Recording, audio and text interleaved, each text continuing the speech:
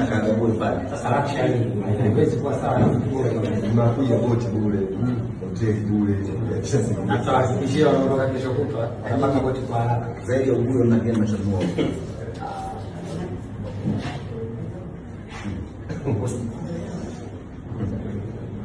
Kwa bwana nini? Unacheza na nani? anacheza Singida Black Stars. Tuna mtu huyo Anakumbuka. Anacheza Singida Black Stars.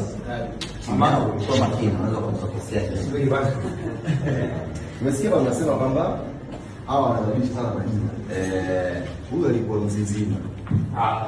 Hajakuwa Azam. Mzizima ilikuwa timu ya wafanya. Wewe ulikuwa Queens Football Club. Kuja kuwa Sunderland. Wewe kuja kuwa Young African Sports Club toka mwaka 1900 na huko. 1900 na ndaki. 35 shehe. Hizo ni hatua za ukuaji. Huyu anabadilika kila leo. Ndio hapo. Hivi leo kwa mfano leo hii ni kwamba ndio kweli. Kwa hiyo tunacheza. Maana ni kwa tumeuona. Sababu kuna wachezaji wa huyu wako kwako. Na wewe una wachezaji wako kwako. Yaani mechi inakuwa hata wako mmoja.